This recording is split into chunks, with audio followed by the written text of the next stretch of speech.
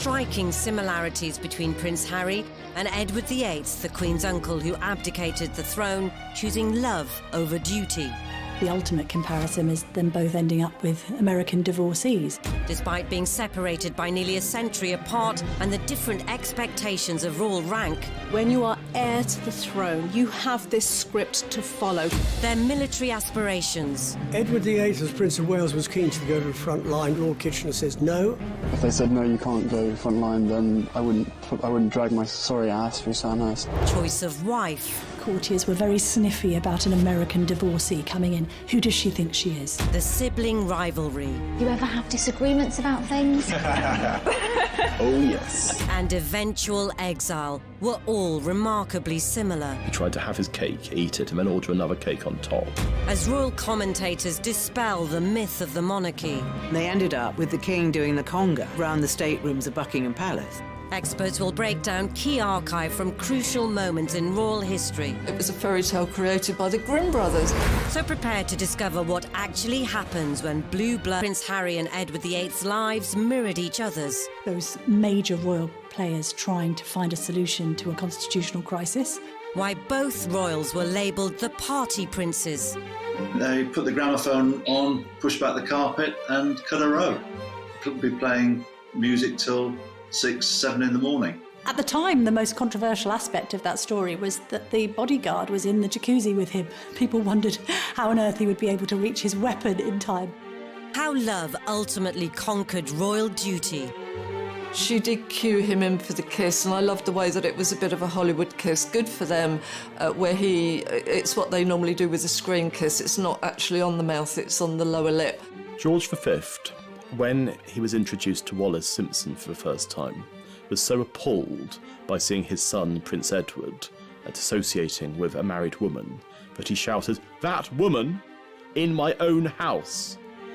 And what does their exile say about our royal family? In the presence of the Queen, you're not really going to have people mouthing off and To experience persistent scrutiny from the world's media. Royal children have always been exposed to prying cameras, whether it's paparazzi or whether it's staff cameramen belonging to newspapers. We had that very famous photograph of Harry sticking his tongue out at photographers. Photographers are not always kosher.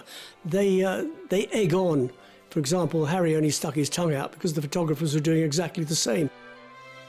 The uneasy relationship with the press continued into Harry's adolescence. lots was written about Prince Harry's teenage years being that of a royal rebel.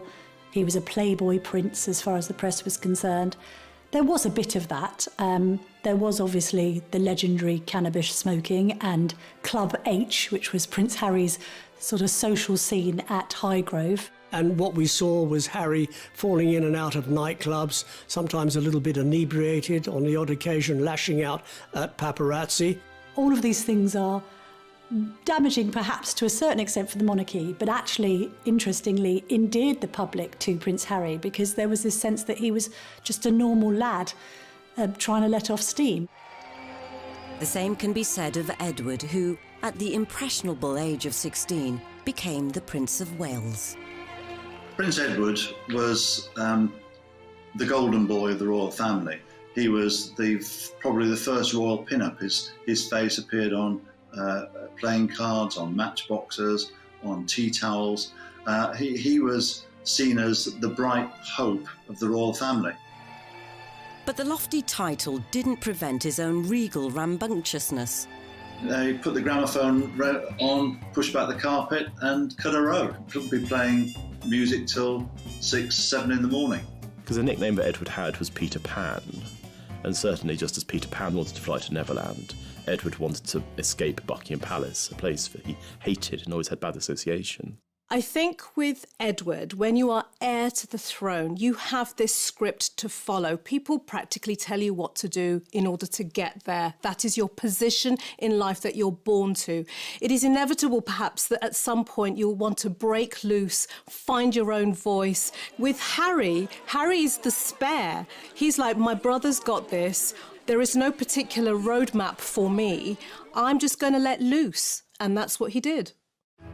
Both princes had grown up with media attention, but they'd also grown up surrounded by the military.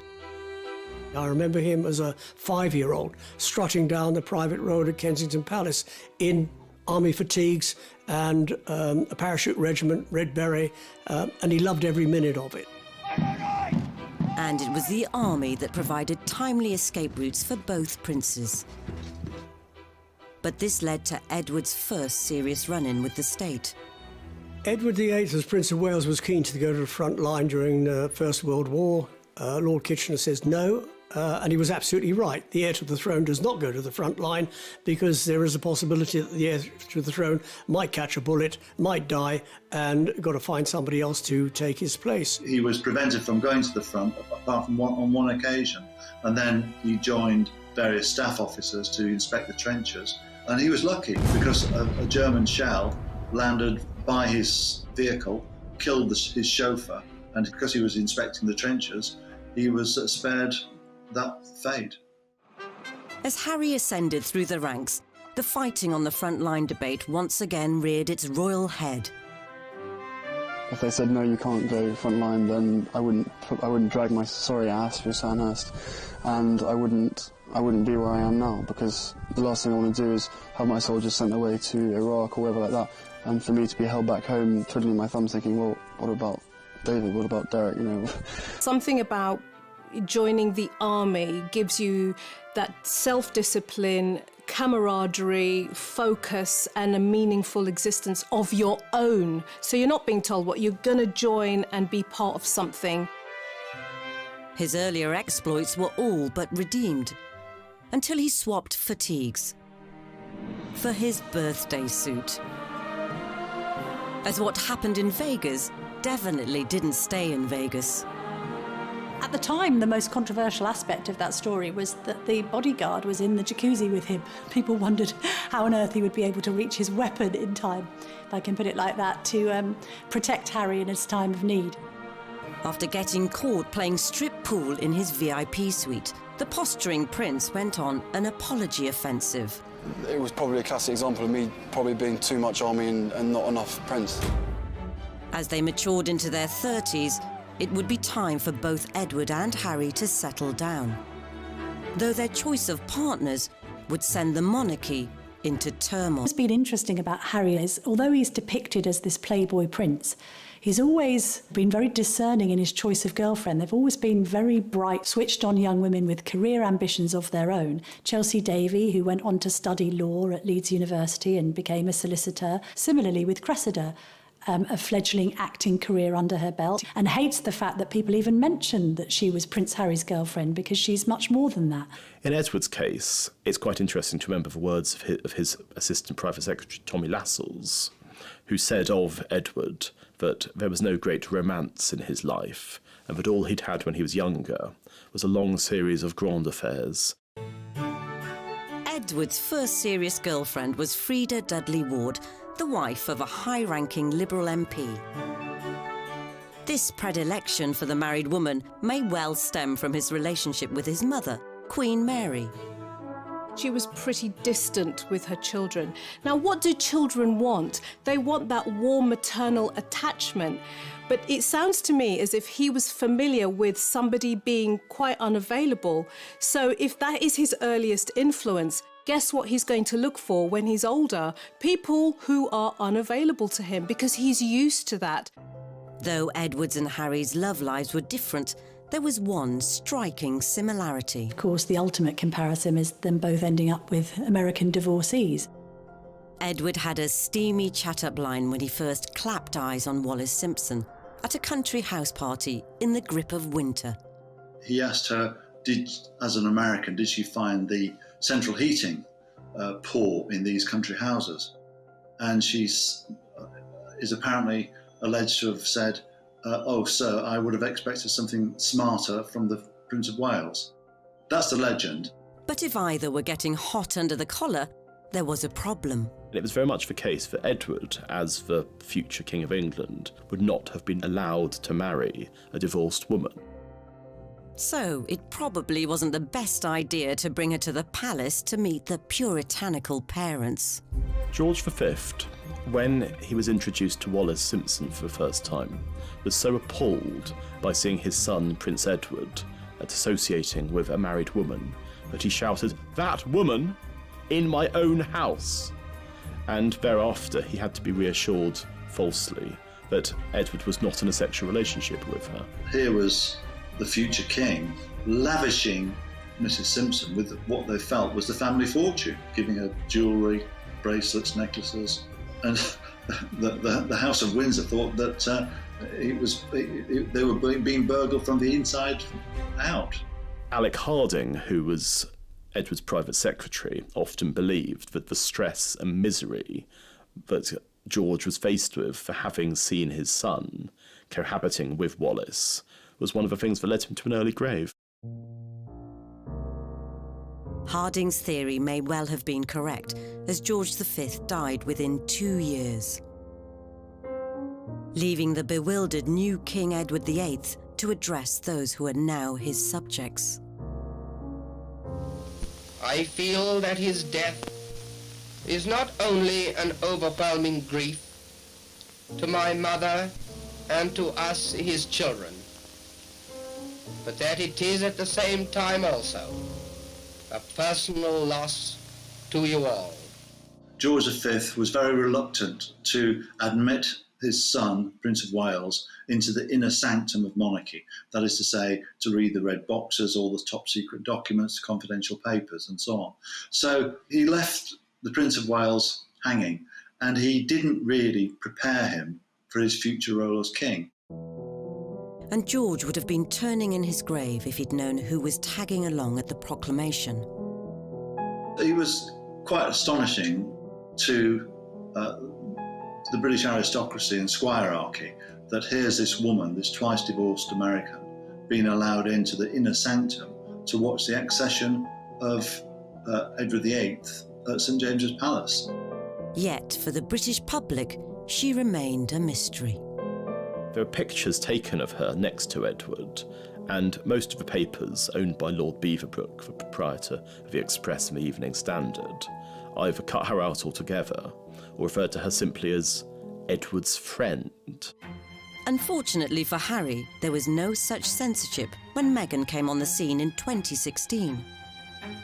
At the time that she met Harry, and I think was a familiar face in the circles of, say, US breakfast shows and red carpet events in LA. I'm a California girl, born and raised, so the flip-flop culture is part of just who I am. I love my cutoffs and flip-flops and being as relaxed as can be. I think it's fair to say that before she was linked to Prince Harry, few people in the UK would have heard of her.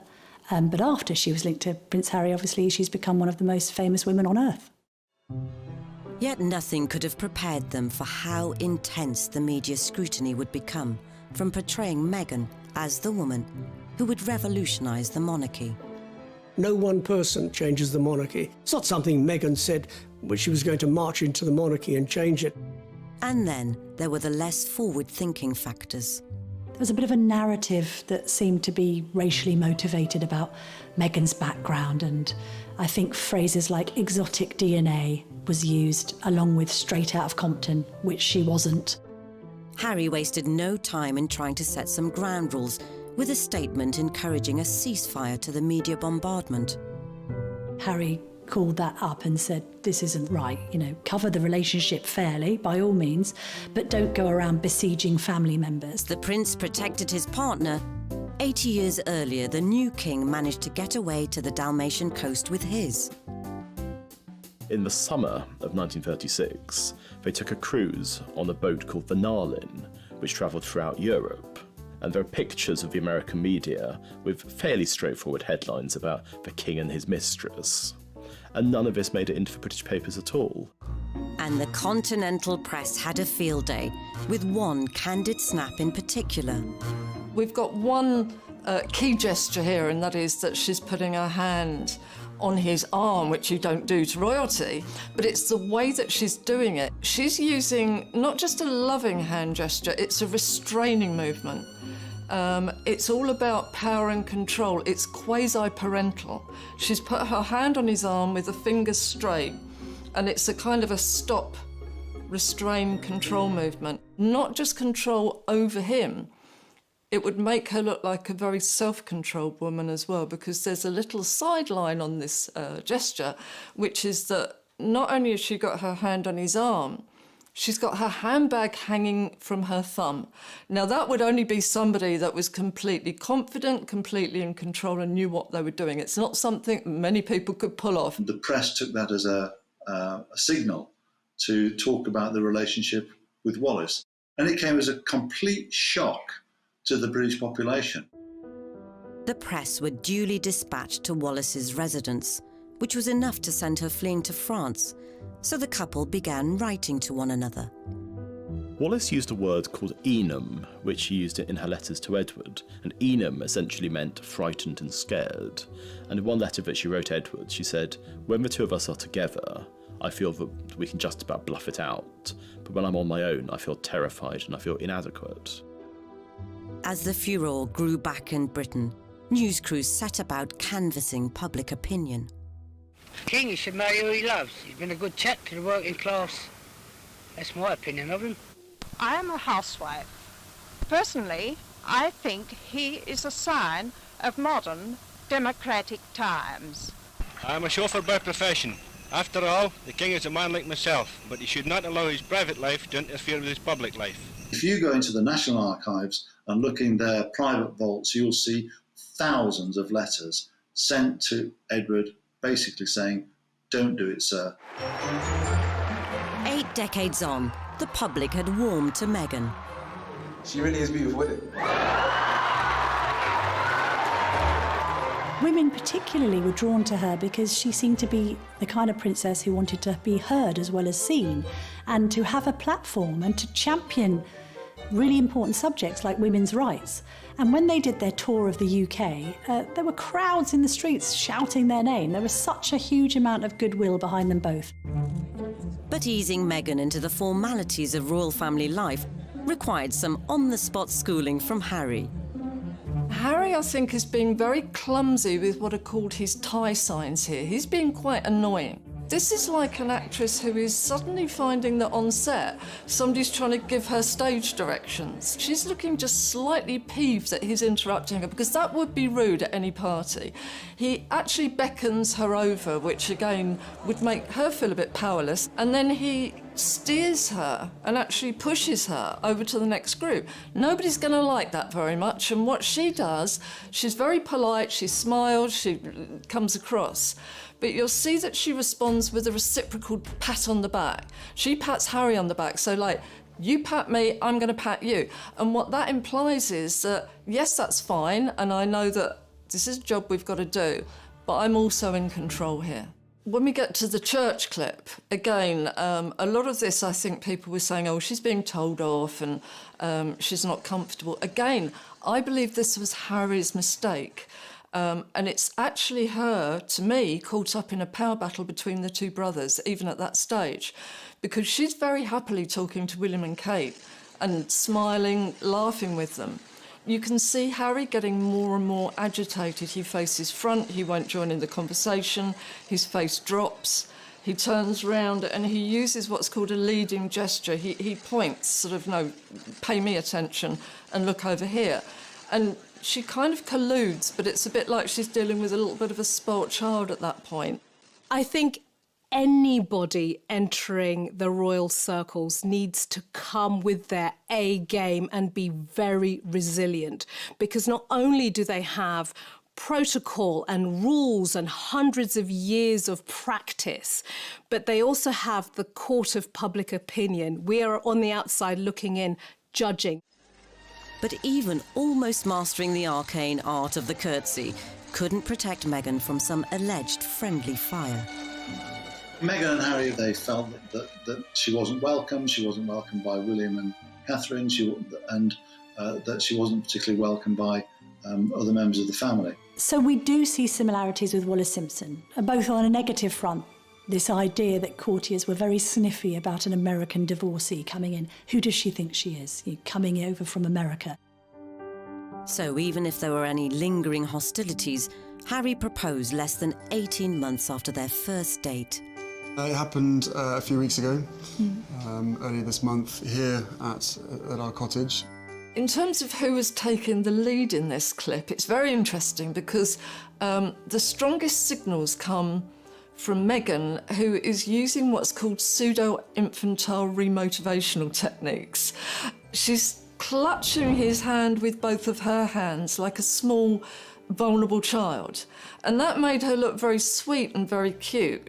Just an amazing surprise. It was so sweet and natural and very romantic. She wanted to be popular, she wanted to be ingratiating into a very difficult family, and I think that slight lowering of herself, that looking slightly vulnerable, was a very good ploy. Beneath that, though, we were getting some completely different signals, because if you can see when she's holding his hand, she's actually stroking his hand with her thumb. And what that means is she's calming him down. She's reassuring him. He doesn't like the press. He doesn't like to come out and be doing this. When they first walked out towards the press, she's rubbing his arm. It's, come on, let's get it over and done with, we're fine. It was good to see an intelligent woman, but she was in control. Both Harry and Edward had strong, independent women on their arms. But it was Edward who had to come up with a cunning plan to marry. In late 1936, Edward raised the possibility of a morganatic marriage with PM Stanley Baldwin, meaning he'd still be king, but Wallis Simpson wouldn't be queen. What he tried to do was he tried to have his cake, eat it, and then order another cake on top. And that led to the most spectacular meltdown in any kind of possibility of his remaining king. After the government rejected Edward's proposal, he informed the government of his intentions to abdicate on December the 9th. And by December the 10th, he was gone. 2 hours ago, I discharged my last duty as king and emperor. That I have found it impossible to carry the heavy burden of responsibility and to discharge my duties as king as I would wish to do, without the help and support of the woman I love. But the controversy was only just beginning for both royals. Simpson and Meghan Markle both had a rocky start to life as royal consorts. One resorted to hiding out in a remote castle, whilst the other valiantly tried to continue life as normal, or at least normal for a TV actress, as they both fought adversity on the way to the altar. British women hated her. She got hate mail by the bagful, and she even had a stalker who went down to the south of France where she was hiding out, intent on killing her. It seemed the knives were out for Meghan too. There was a bit of a narrative around some of the demands that the couple had made, this sense of Meghan apparently going into St George's Chapel and saying that it didn't smell right, it was a bit fusty and musty, and that maybe it could have smelt better. Other stories then emerged of Prince Harry effectively telling, we think, one of the Queen's most senior aides what Meghan wants, Meghan gets. It's kind of set a narrative around a couple who were being quite demanding. Wallis had also tried to take control. Wallis Simpson got divorced in October 1936. Her divorce was technically illegal because it involved all of these various things such as collusion with her husband Ernest. And it's almost certain that Ernest was paid off in order to allow the divorce to take place. So you have to imagine that Wallis, as a divorced woman, was actually in a rather odd position because her decree nisi didn't come through until April 1937. A fortnight later, George VI had been officially crowned.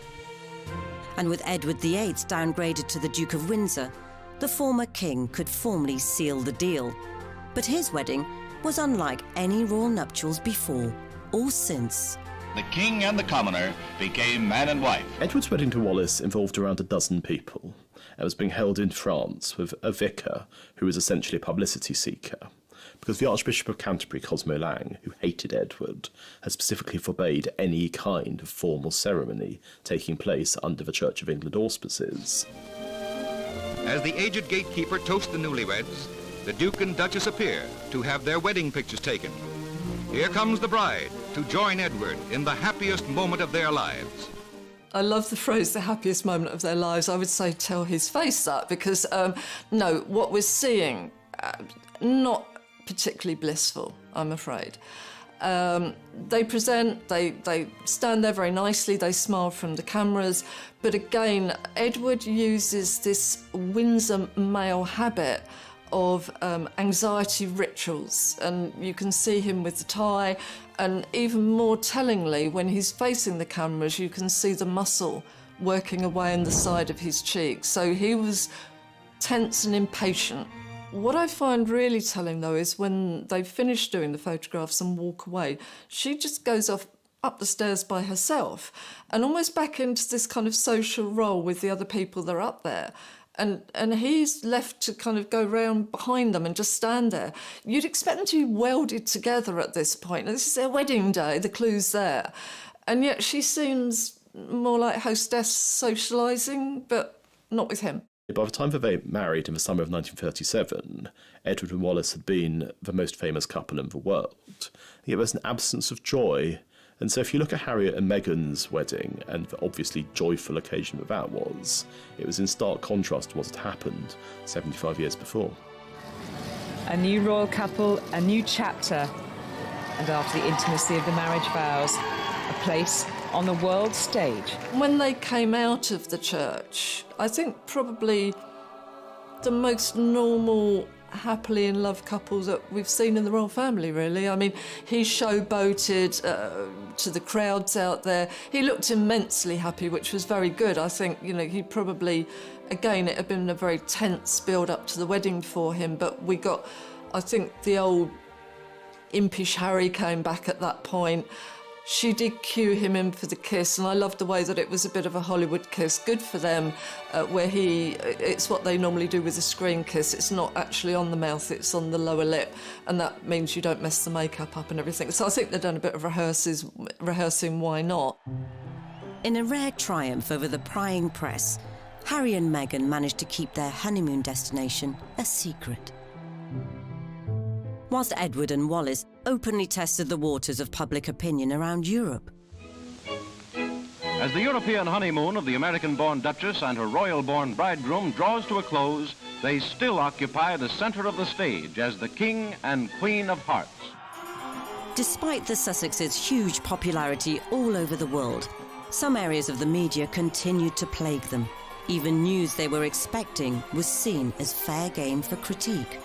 There was so much criticism about Meghan and the way that she kept cradling and holding her baby bum, and I don't know, some people in the press, it's almost like, oh, she's overdoing it and showing it off. So what? No.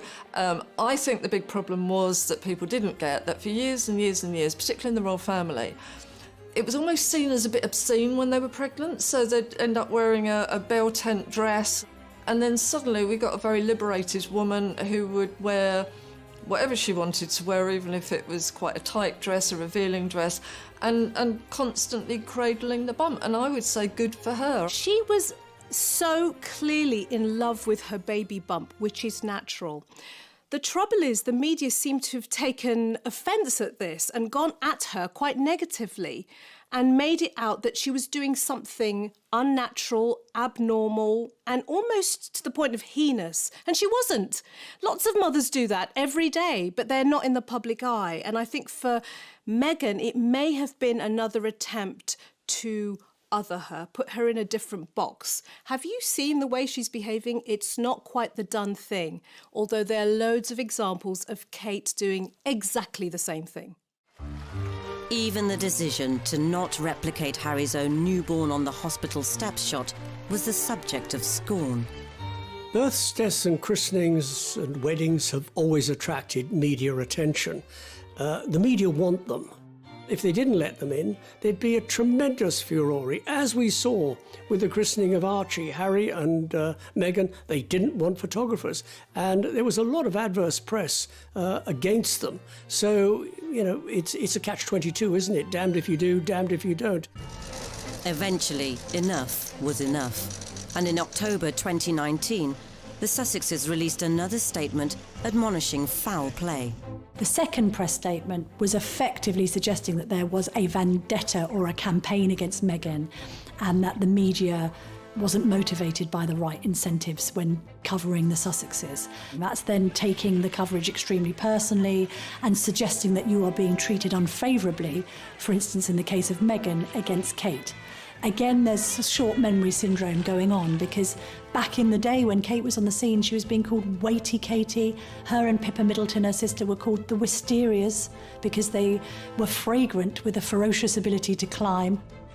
Short memory or not, Harry and Meghan were on the offensive, and they seemed to be handling it personally. Some of the wording of the second press statement was a bit jumbled and a bit confused. It was also laced with Americanisms, and therefore looked as if it was being written by Meghan directly. And when you've already got a narrative of Meghan driving a wedge and Harry being somewhat under the thumb, that only serves to confirm that theory. Regardless of whether Harry may have been wrapped around Meghan's finger, a couple of months later, everything unravelled. The Duke and Duchess of Sussex have announced that they are carving out what they call a new role for themselves. As like his great-great-uncle before him, Harry chose love over duty.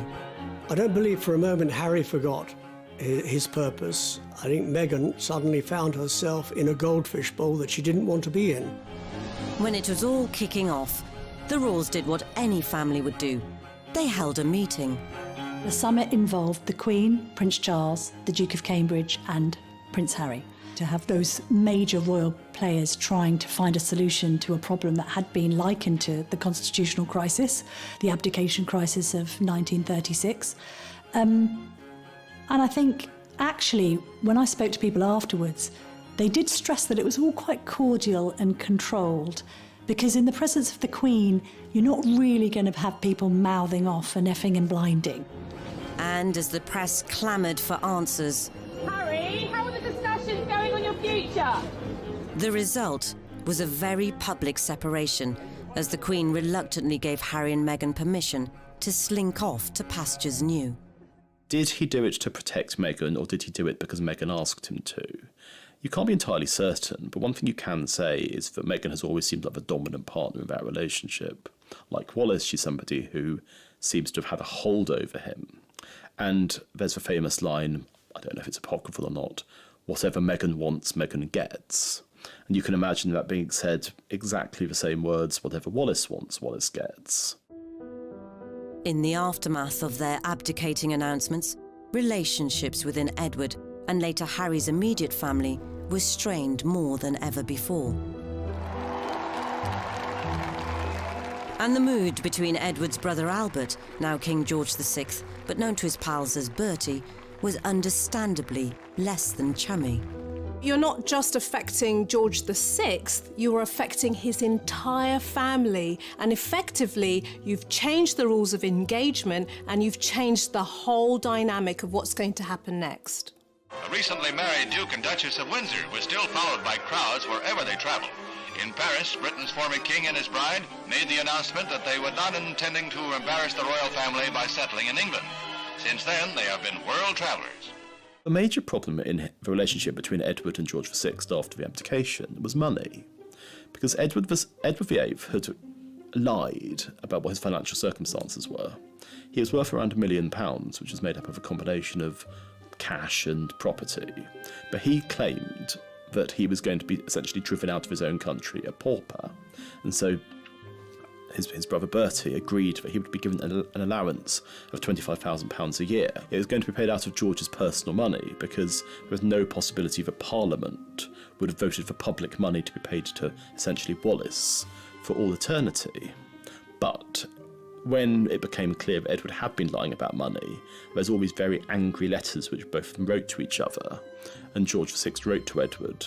The reality of what happened was that I was completely misled. I'm not seeking to blame you or anyone else. I know how difficult a time it was, but I was lied to. And I think that you can see thereafter their relationship never recovered. Edward was seen as an embarrassment. In comparison, Harry and Meghan ditched their titles, had to repay £2.4 million for the refurb on Frogmore Cottage, and stopped receiving money from the sovereign grant. Yet the cost to his own brotherly bond may prove to be even greater. We think the initial row started because William might have expressed some brotherly concern that Harry was rushing into things with Meghan. And I think William just thought, hang on a minute, be careful. And Harry took offence to that and felt that it wasn't showing enough support for the woman in his life. If there were simmering tensions, then perhaps the last thing the so-called Fab Four would have wanted to do was share a public stage. Do you ever have disagreements about things? Oh, yes. Healthy disagreement. OK, the last thing you disagreed on, how do you resolve it? I can't remember, they come so thick and fast. but is it resolved? We don't know. Oh, we don't know. Well, you're putting on a great show if it's not. We had Meghan and Kate slightly styled the same, which for some reason people wanted to see.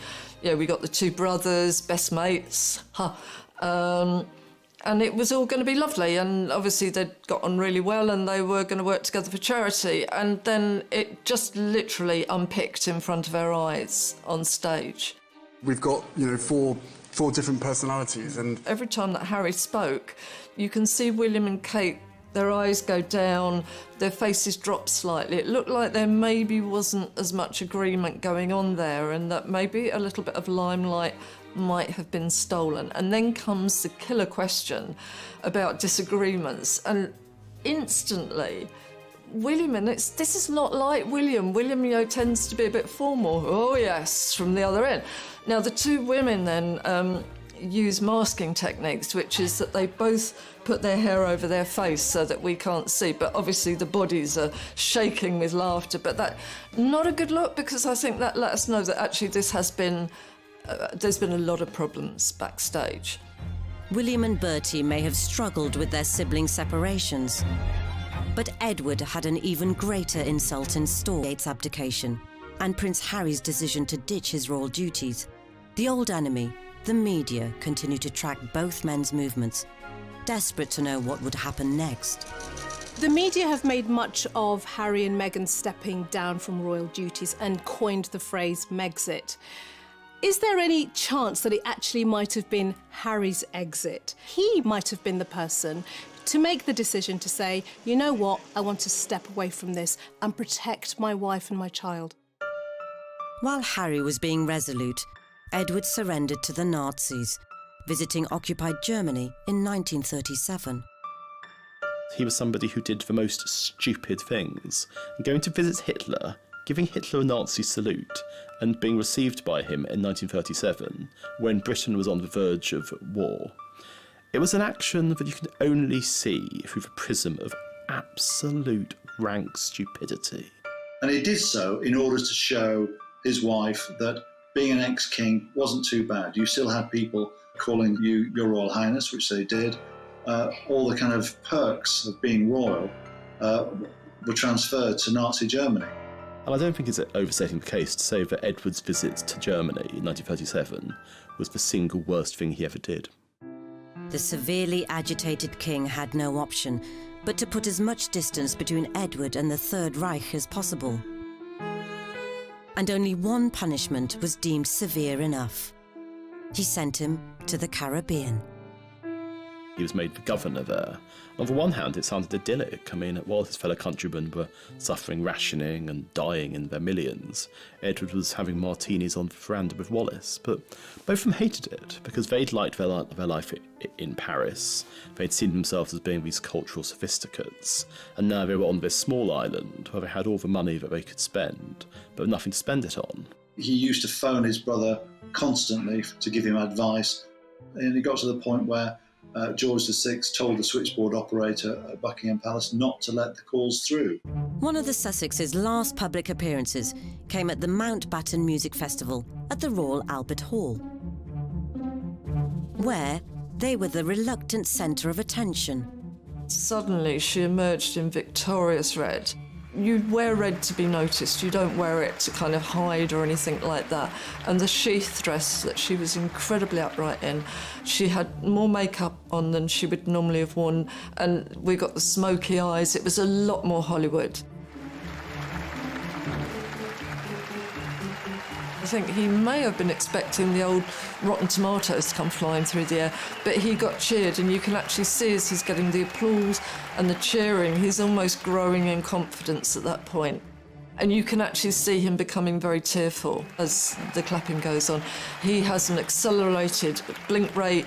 You can see him swallowing quite hard, and she kind of pats him to sit down, not because they don't want to be there, but I think he's probably going to dissolve in tears at that point. So I think he was moved and touched. I think they wanted to be there, but I think their worry was that other people didn't want to see them there. Once they found out they were still popular, not a problem. Though the Sussex backstep may not have been as momentous as a king extracting himself from a whole empire, Harry's departure highlights the dilemmas faced by those born to a life in service, and how this can clash with their hopes, desires, and what they believe best for loved ones. They've gone off into the sunset to live in Los Angeles, and I hope they succeed. But he's not got any friends there, and any friends he has made are probably strap hangers. But as they try and settle in the States, are there painful lessons to be learned from Harry's great-great-uncle?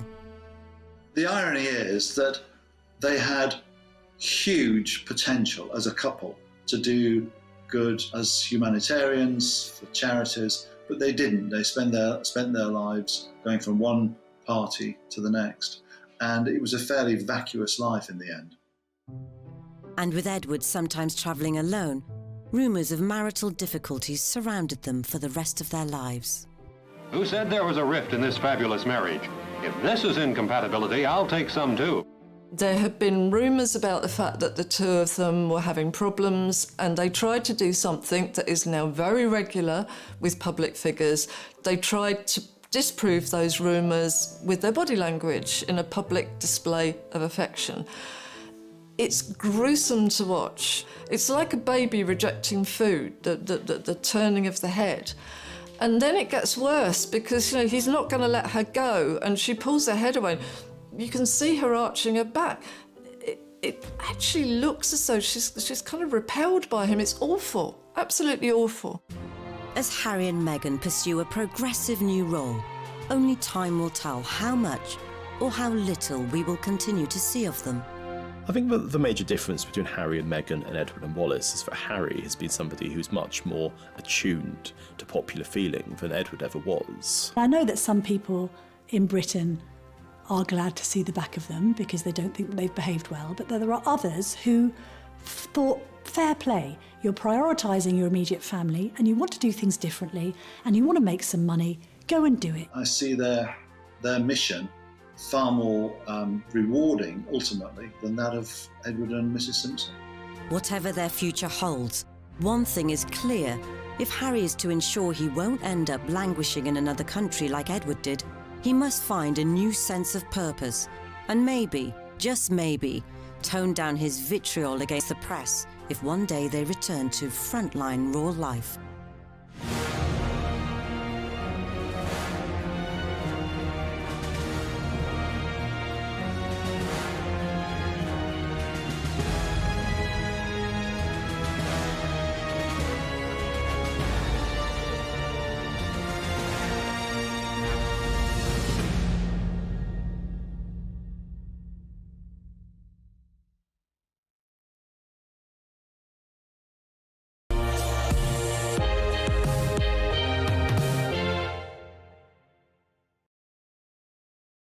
in life that you're born to.